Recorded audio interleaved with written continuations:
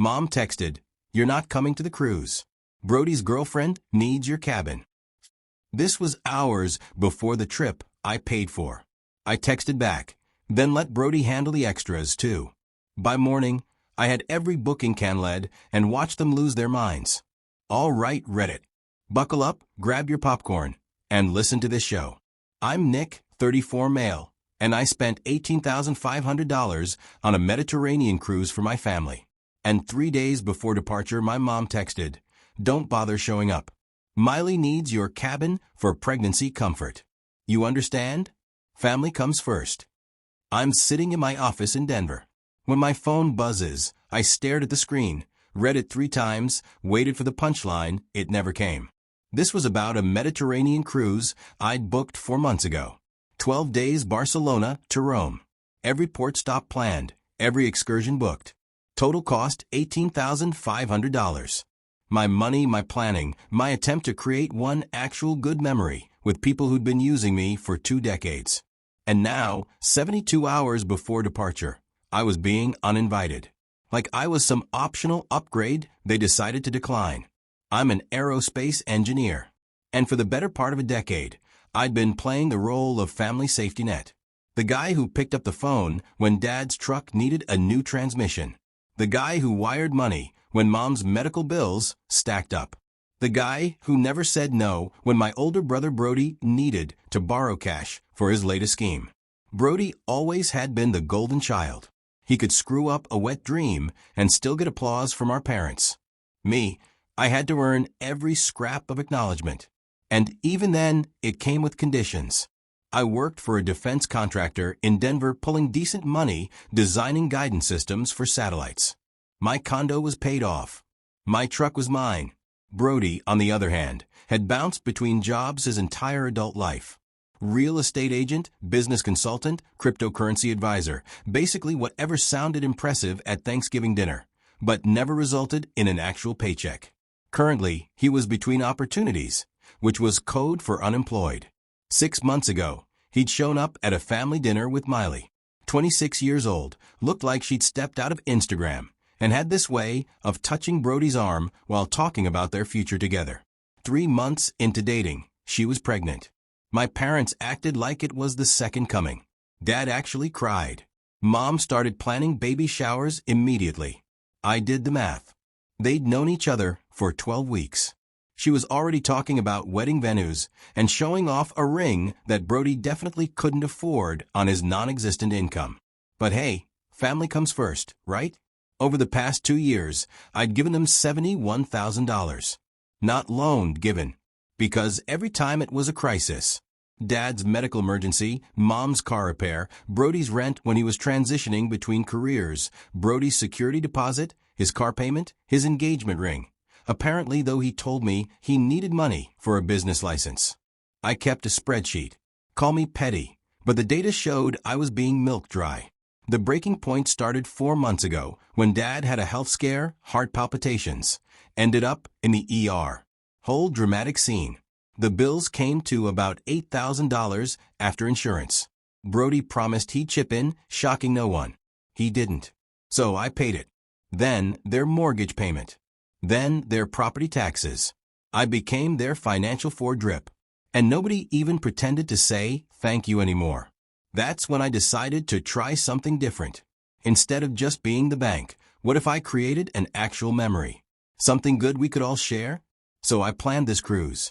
12 days through the Mediterranean, Barcelona to Rome, stopping in Monaco, Corsica, the Greek islands, top-tier cabins, drink packages, shore excursions, the works. I researched for 6 weeks, booked everything perfectly, sent out the invitations 4 months in advance. Mom cried on the phone.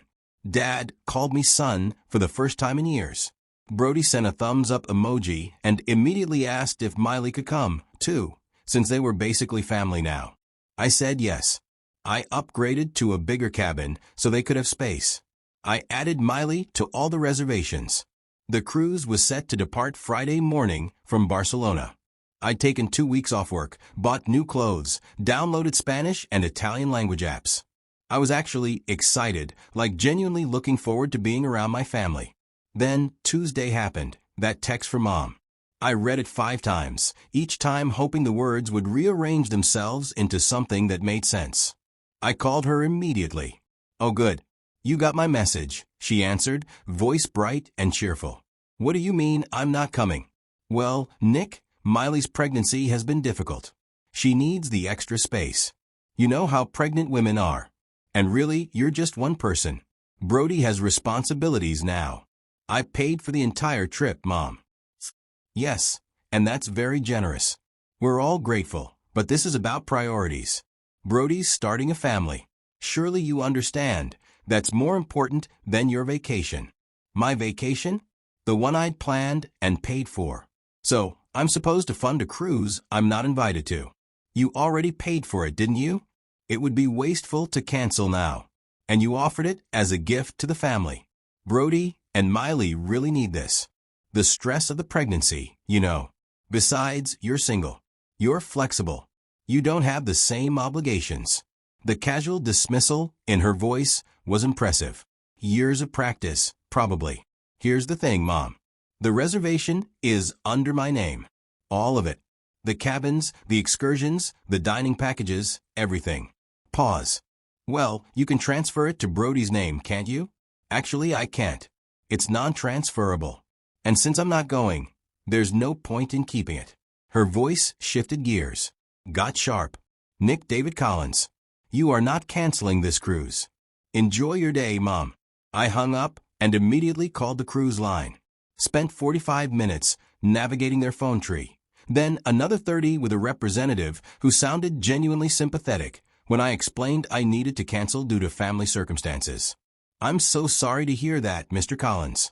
Given that you booked our premium package with full cancellation protection, we can refund 90% of your total cost. The refund will process within 5 to 7 business days." Music to my ears. I got the confirmation email at 5:47 p.m. The cruise was canceled. All cabins released. All reservations voided. $16,650 back in my account. I forwarded the confirmation to the family group chat with one line. "Trips canled. Lose my number." Then I blocked every single one of them. I ordered Thai food, cracked open a drink, and watched playoff hockey without checking my phone every 5 minutes. Best Tuesday I'd had in years. The fallout was immediate and nuclear. By 900 p.m., I had 32 missed calls from numbers I didn't recognize. Brody must have been calling from every phone he could find. His office, Miley's phone, random friends, possibly strangers at the gas station. I blocked each one. My email inbox exploded. Subject lines ranging from "please call me back" to "you selfish bastard" to "how could you do this to your family?" I set up a filter. Anything from their addresses went straight to a folder I named Family Circus. Wednesday morning, my doorbell camera caught Brody showing up at my condo. He pounded on the door for 10 minutes, yelling about betrayal and family loyalty, and how I'd ruined everything. I was at the gym.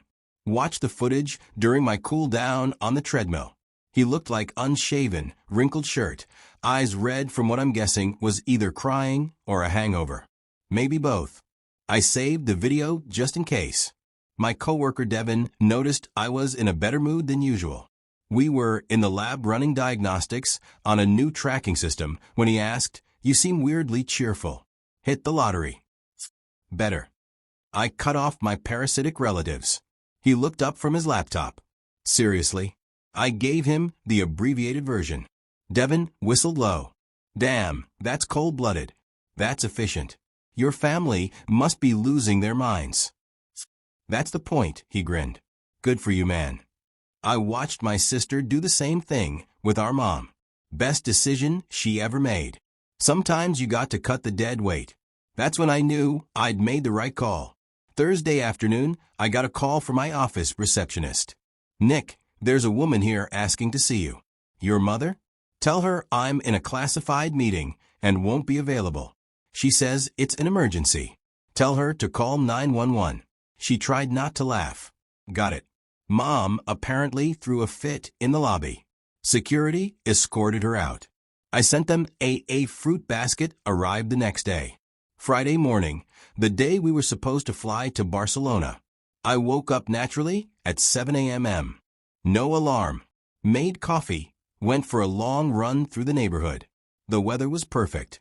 Clear Colorado sky, temperature in the low 60s. I ran 8 miles, came back, showered, made breakfast.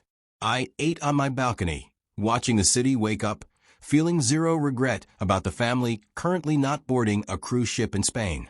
Then my phone rang around 10 a.m., unknown number. Against my better judgment, I answered. "Nick, it's Miley." Her voice had this breathy damsel in distress quality that probably worked on Brody, but made me want to check my wallet. "Please, I don't know what's going on between you and Brody, but this is really hurting him. He's devastated." "Not my problem. I'm pregnant. We needed this trip. The stress isn't good for the baby." Then Brody should have thought about that before uninviting the guy who paid for the trip. That was your mom's idea. Brody didn't even know until after she texted you. He's so upset. We both are. Can't you just, I don't know, fix this? For the baby's sake. The manipulation was almost artistic. She'd clearly practiced this. "Here's what I know, Miley. You've been dating my brother for 6 months. You got pregnant 3 months in. You're now planning a wedding and acting like you're entitled to my money. That math doesn't work for me. That's not fair. You want to know what's not fair? I've given this family $71,000 over the past 2 years. Nobody paid me back. Nobody gave a darn until the money stopped. So yeah, I'm tapped out on fairness." Brody said you were selfish, but I didn't believe him until now. You're such a jerk. "Yes, I'm selfish. We done here." She hung up. I blocked her number and made myself lunch. The weekend was quiet. Eerily quiet. It felt like the moment in a horror movie when the music stops, and you know something's coming. Sunday evening, my doorbell rang. I checked the camera. Dad standing there in his Sunday clothes, hands in his pockets, looking old and tired. I didn't open the door. He knocked. "Nick, I know you're in there. Your truck's out front. Let me in. Let's talk about this like adults." I turned up the TV volume. He knocked again, harder. "Nick, please. Your mother's beside herself. Brody's a mess. This isn't who you are." Maybe it wasn't who I was, but it's definitely who I'd become. After 5 minutes, he slipped an envelope under the door and left. I waited until his car pulled away before picking it up. Inside was a note. "Nick, your actions have consequences. You've hurt your mother deeply. Your brother is struggling and you've made it worse. Miley is carrying your nephew or niece. This child deserves better than an uncle who abandons his family over money. If you have any decency, you'll apologize and make this right. We raised you better than this." I read it twice. Then I fed it through my paper shredder and went back to my game. They still didn't get it. The cruise wasn't about money. It was about respect. But they'd never see it that way. In their story, I was the villain. The ungrateful son who abandoned his family in their time of need. Fine. Let them tell that story. I was done auditioning for their approval. Monday morning, I got this bomb. I was in my office reviewing satellite telemetry data when I got a call from an unknown Colorado number. Something made me answer. "Mr. Collins, this is Rebecca from First Security Bank. We're calling about a joint account opened in your name." My stomach dropped. "What account?" "A checking account opened 4 months ago with Brody Collins as the co-owner. The account is currently overdrawn by $11,240. We've been trying to reach you for 6 weeks. Son of a biscuit. I didn't authorize any joint account. Sir, we have your signature on the application." "No, you have a forged signature. Email me everything. The application, statements, all of it. If I don't have it within 2 hours, I'm filing a police report for identity theft." She agreed. The documents came through 90 minutes later. I reviewed every page. The signature was good. Brody had practiced copying my handwriting from years of forged checks as teenagers. But the address was wrong. The phone number wasn't mine. The email account was some Gmail I'd never seen. I called a lawyer. Found one specializing in financial fraud and family law. Her name was Claudia. Came highly recommended, and her hourly rate made my teeth hurt, but I was done being cheap when it came to protecting myself. She reviewed the documents in under an hour. This is straightforward identity theft. Your brother forged your signature to access credit using your name and social security number. The bank should have caught it. You've got criminal and civil options here. What do you recommend? File a police report immediately. Let them investigate. Meanwhile, we send cease and desist letters to your entire family. Any further contact from Brody, your parents, or Miley gets documented as harassment. What about the $71,000? You could sue for recovery, but family court is a nightmare. My advice, consider it an expensive lesson and move on. She was right. Suing them meant months or years of continued contact, depositions, court dates, mediation. They'd worm their way back into my life, disguised as legal proceedings.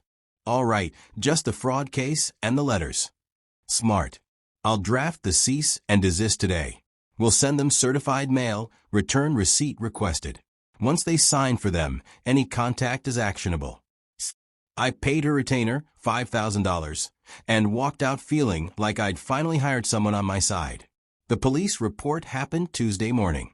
The detective was this grizzled guy in his 50s who looked like he'd seen every flavor of human garbage.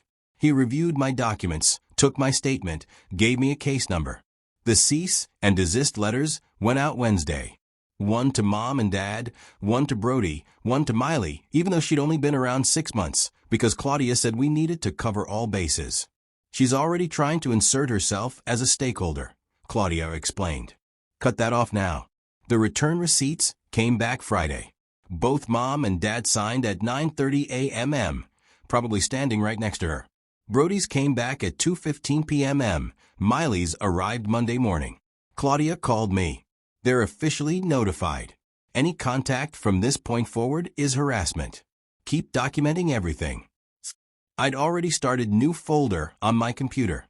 Screenshots, call logs, doorbell footage, everything timestamped and organized. Wednesday, 2 weeks after the canceled cruise, Brody showed up at my gym. I was on the bench press mid-set when I saw him in the mirror. He looked worse than before. I finished my set, racked the weights, grabbed my phone, and started recording before standing up. You got served, Brody. That means you don't contact me. Leave now, or I'm calling the cops. We need to talk. No, we don't. I'm recording this. You can't just cut us off. 9 seconds. Mom's in the hospital. 8 seconds. And she's not. I called to verify. She had a routine checkup. Stop lying. His face went red. You actually called to check? 7 seconds. You're a piece of you know that. 6. He turned and left, muttering something I didn't catch. I sent the video to Claudia immediately. Perfect, she said. He's violated the order twice now. We can file for a restraining order if you want. Not yet.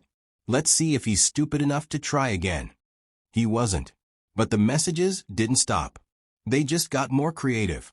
I started getting LinkedIn connection requests from accounts with no history. Facebook friend requests from profiles with 1 photo and 0 friends. Someone tried to log into my Netflix account. My dentist called saying someone had tried to cancel my appointment and request my records be transferred. I put a password on my account. My gym called saying someone had called asking about my membership status and what times I usually came in. They were testing boundaries, seeing what they could still access, what strings they could still pull. I documented everything. Built a file that Claudia called prosecutorially meticulous. Most people don't think to do this, she said. But if we need to escalate, you've got a paper trail that would make the FBI jealous. A month after canceling the cruise, I'd locked down my entire existence.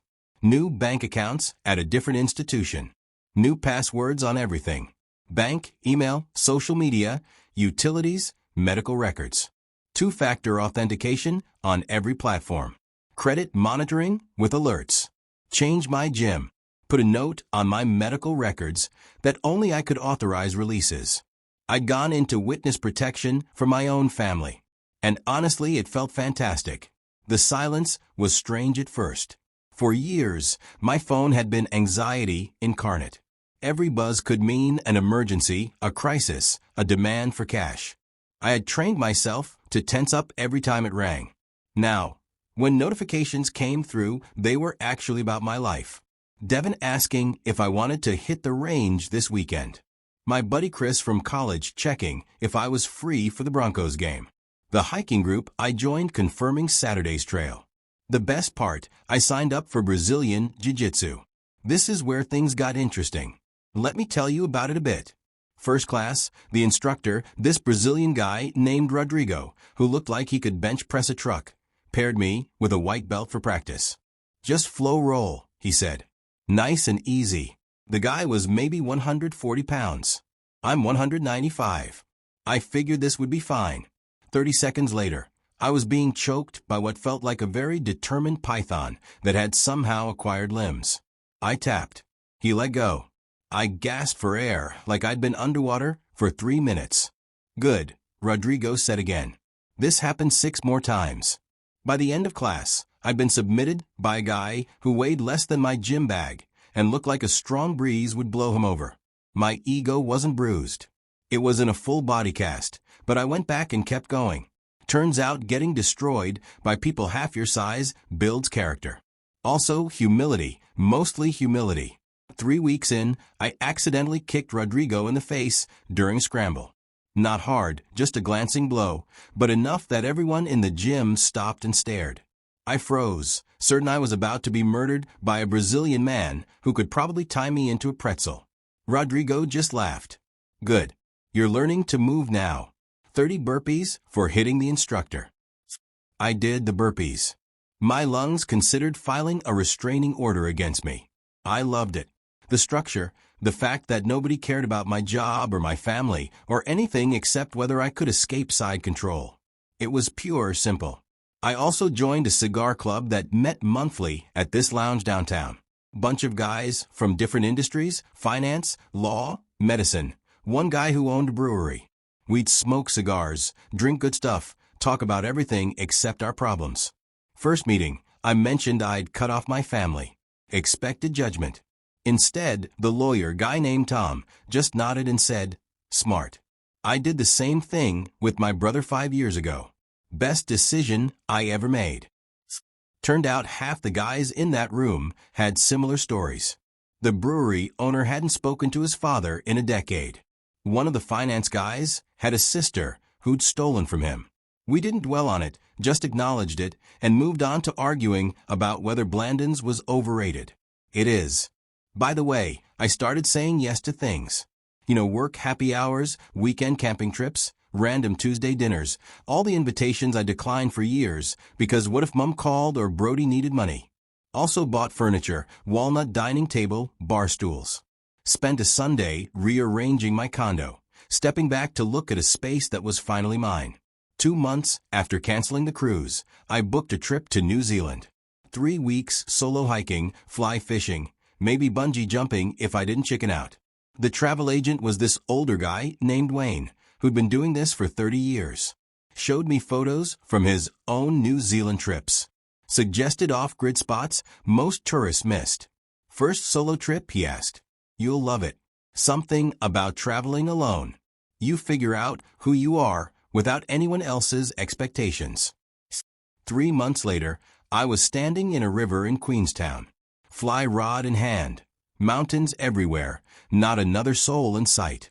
The fishing guide, a Kiwi named Owen, who looked carved from granite, was showing me how to read the water. See where the current breaks? That's where the browns sit. Cast upstream. Let it drift natural. I cast. Line unfurled perfectly. Fly landed soft. 3 seconds later, a rainbow trout hit it hard enough to make my heart jump. 20 minutes later, I landed a fish. Took a photo, released it, watched it dart back into the current. Natural talent, Owen said. Dangerous with practice. That night, I posted a photo of the mountains at sunset. Caption. Finally found what I was looking for. The comments came from Devin, Chris, guys from Jiu-Jitsu, the hiking group. Not a single comment from anyone who shared my DNA. Perfect. Back in Denver, I kept building. Shooting league at the range. Started meal prepping. Made plans for Alaska next summer. Maybe get a caribou hunt lined up. Got promoted at work. Senior systems engineer. 18% raise. Better projects. The manager mentioned leadership track. Old Nick would have hesitated. New Nick accepted immediately. Made real friends. The kind who texted to check in, not ask for favors. The kind who showed up when invited. The kind who remembered your birthday without Facebook reminding them. For months after the canceled cruise, I'd built a completely different life. One that had nothing to do with my family using me as an ATM. My savings account had numbers I'd never seen before. Retirement maxed out. Actual discretionary income that wasn't already earmarked for someone else's emergency. I was happy. And all it cost was $18,500 and a family who never valued me anyway. But here's the thing. Some people never change. They just get more desperate. For months after the canceled cruise, I got a Facebook message from a profile I didn't recognize. Generic name, 1 photo, 3 friends, obviously fake. The message was from Miley. Nick, I know things are complicated, but Brody's really struggling. The stress is affecting my pregnancy. I'm worried about the baby. Maybe we could meet for coffee. Just you and me. Neutral ground. I think there's been a lot of miscommunication. I stared at it for a solid minute. The manipulation was textbook. Appeal to concern, invoke the baby, offer a reasonable sounding compromise that would definitely turn into an ambush. I screenshotted it and sent it to Claudia. Add it to the file. Then I blocked the account without responding. 5 months in, I was at REI buying new hiking boots when I ran into someone from my parents' church. Mrs. Callahan, probably 70, known mom for decades. She saw me, and her face did this thing where pity and judgment mixed together into something uncomfortable. Nick Collins, I heard what you did to your family. Hi, Mrs. Callahan. Your mother told me everything. How could you abandon them like this? I should have just walked away. Should have grabbed my boots and left. But 5 months of therapy and boundary setting had built a spine I didn't know I had. Did she mention the $71,000 I gave them? Or how Brody committed identity theft using my name? Or how they uninvited me from a cruise I paid for? Her expression flickered. Well, I don't know about all that. That's because she didn't tell you. She told you the version where she's the victim and I'm the villain. That's her speciality. I'm sure there are 2 sides. There are. Mine has documentation. Hers has manipulation. Have a good day, Mrs. Callahan. I bought my boots and left. I didn't feel bad. Just felt done. 6 months after the cruise, I got an email from Dad. Subject line, important. Please read. Against my better judgment, I opened it. Nick, your mother is in the hospital. Chest pain, possible heart attack. Thought you should know she's asking for you. Whatever happened between us, she's still your mother. Dad. I stared at it for 2 minutes. Old Nick would have dropped everything. Would have rushed to the hospital, paid the bills, handled everything. New Nick picked up the phone and called the hospital directly. Hi, I'm Nick Collins. My mother, Isabel Collins, was admitted today. Can you tell me her condition? The nurse checked. She's stable.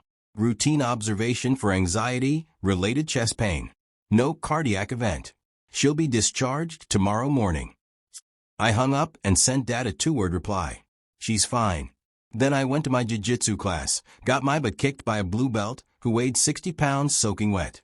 Showered, grabbed dinner with Devin, didn't think about my family once.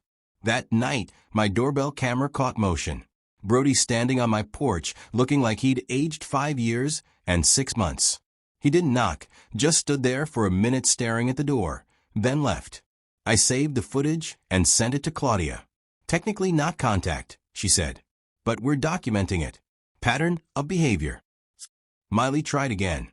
Different fake Facebook account. Same message structure. Brody's really struggling. The baby's due soon.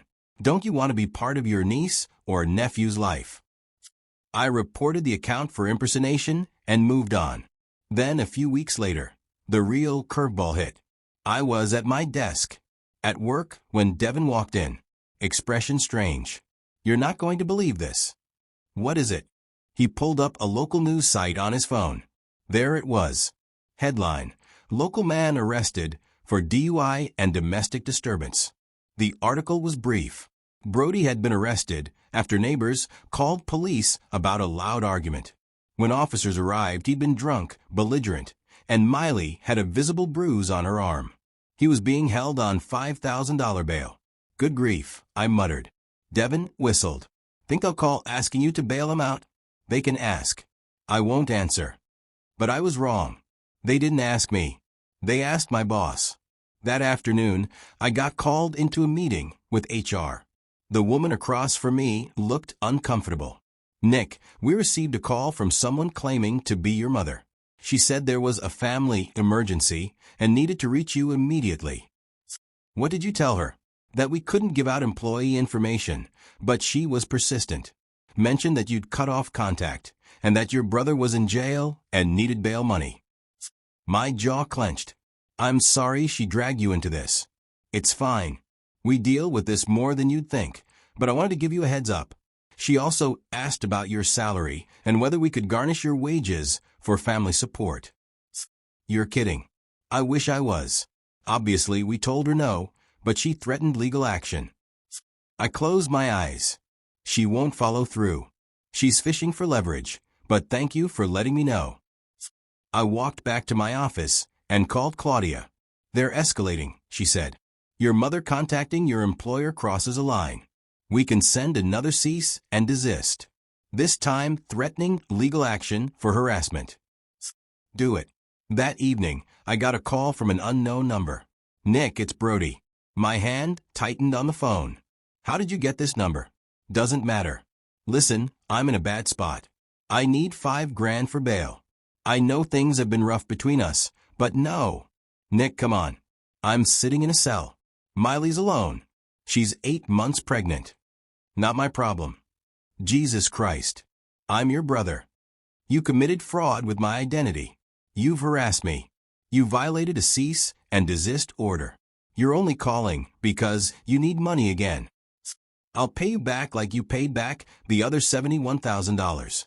Silence. Here's the thing, Brody. I'm done. You're an adult. Handle your own mistakes. Lose this number. I hung up, blocked it, sent the call log to Claudia. Perfect, she said. We've got him on recorded contact in violation of the order.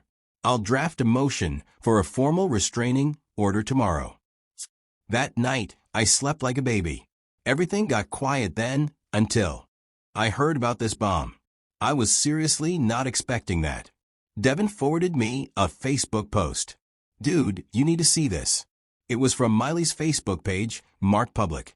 A long, dramatic post about how Brody had been abusive and controlling, how she was raising a baby alone, how he turned out to be a deadbeat who couldn't hold a job. But the interesting part was the comments. Some guy I didn't recognize had written, "Didn't you cheat on him, though? Pretty sure that's not even his kid." Miley's response, "That was a rumor started by jealous people." Another comment, this one from a woman rumor. "Girl, I saw you with Tyler at the casino multiple times while you were supposedly with Brody." I stared for a second. What the actual heck? Then more comments. Apparently, half of their social circle knew Miley had been sleeping with some guy named Tyler the entire time she'd been with Brody. The timeline put the affair starting before she got pregnant. The baby probably wasn't Brody's. I screenshot everything and sent it to Devin. Well, that's interesting. Interesting, dude. That's karma in HD. He wasn't wrong, but the universe wasn't done yet. 10 months after the canceled cruise, Claudia called me. You're not going to believe this. The fraud case is moving forward. Brody's being charged with identity theft and fraud. The DA's office wants to know if you'll testify. Absolutely. Good. Trial set for 2 months from now. Start prepping. The restraining order was granted 2 weeks later. Brody, Miley, Mom, and Dad were legally prohibited from contacting me within 500 feet by phone, email, social media, or through third parties. Life continued getting better. The promotion came with better projects. I was leading a team designing next-G satellite tracking systems. The work was challenging, engaging, exactly what I'd wanted. I booked another trip, Alaska, this time. 2 weeks of fly fishing, hiking, and a caribou hunt I'd been planning for months. Living the life I'd always wanted, but never had bandwidth for. 1 month after that, I got a letter from Brody's lawyer. He was filing for bankruptcy. As a creditor, I was being notified that any debts owed to me would be discharged. The $71,000 was officially gone. Not that I'd expected to see it again, but having it in writing was somehow satisfying. Confirmation that I'd been right to walk away. There was a handwritten note attached. Brody's writing. Worse than I remembered. Hope you're satisfied. You destroyed this family. Miley left me. The baby's not mine. Mom won't talk to me. Dad's disappointed. All because you couldn't be there when I needed you. Some brother you turned out to be. I read it once, then fed it through the shredder and took out the rubbish. He still didn't get it. Still couldn't comprehend that actions have consequences. That family isn't an excuse for exploitation. But that wasn't my problem anymore. It's been a year and a half now since I canceled that cruise. The fraud trial wrapped up 6 months ago. Brody got convicted, sentenced to 18 months probation, and court ordered restitution of the $11,240 from the fraudulent account. He'll be paying me $200 a month for the next 5 years. I'll believe it when I see it, but the conviction alone was worth showing up to testify. Mom tried to contact me through a letter to my work address afterwards. Didn't read it. Gave it to Claudia, who sent another cease and desist. Haven't heard from her since. Dad had a minor stroke 4 months ago. I found out through Mrs. Callahan's Facebook post asking for prayers. I didn't call or visit. Just noted it in my mental ledger and moved on. He's recovering fine apparently. Good for him. I'm in the best shape of my life. Jiu-jitsu and hiking will do that. My savings account has 6 figures. My retirement is maxed out. My condo is paid off. I have 0 debt and actual wealth accumulation happening. I'm seeing someone. Her name's Kate. She's a civil engineer, works for the city, climbs in her spare time. We met at a mountaineering course in Boulder. She's smart, has her own together, and doesn't need me to fix her life. We're taking it slow, seeing where it goes. Last month, I bought a new truck, Ram 2500 diesel, fully loaded. Not because I needed it, but because I wanted it and could afford it, without checking whether someone else needed money first. I'm happy. Actually happy. But then this happened. The final showdown. It was last Tuesday when my doorbell rang. I checked the camera. Brody standing on my porch. He looked terrible. Probably lost 30 pounds. Unshaven clothes that had seen better days. He was clearly violating the restraining order. 500 feet meant he shouldn't be anywhere near my building, let alone at my door. I grabbed my phone, started recording, and opened the door. Didn't step outside, just stood in the doorway. You're violating a restraining order. You've got 60 seconds before I call the cops. Nick, I need to talk to you. 55 seconds. I know I screwed up. I know I was a horrible brother, but I'm drowning here. Miley left me. The kid's not mine. Paternity test confirmed it. Mom and Dad won't talk to me. I'm living in my truck. I lost my apartment. I just need, let me guess, money. He looked at the ground. I need $500 just to get back on my feet. I'll pay you back. I swear. Like you paid back the other $71,000. Like you paid back the restitution you owe me. Nick, I'm your brother. You committed fraud. You harassed me. You treated me like an ATM for years. You and Mom and Dad all did. And now that the money's gone, you're suddenly interested in being brothers. Plus, you're violating a restraining order right now just by being here. That's not fair. I have nowhere else to go. That's not my problem. You're an adult. Adults handle their own mistakes. Please, Nick. I'm begging you. I looked at him, saw the desperation, the collapse of everything he'd built on other people's money, saw karma in real time, and felt nothing. Here's what's going to happen, Brody. You're going to leave my property. You're going to figure out your own life. You're going to stop looking for someone to bail you out and start being responsible for your own choices. And you're never going to contact me again. You're just going to let me fail? I'm going to let you figure you out. Now get off my property. He stared at me for a long moment. I could see him cycling through arguments, manipulations, angles, looking for the button that would make me cave. He wouldn't find it. That person didn't exist anymore. Finally, he turned and walked away. Got into a beat-up Toyota I didn't recognize, drove off. I closed the door.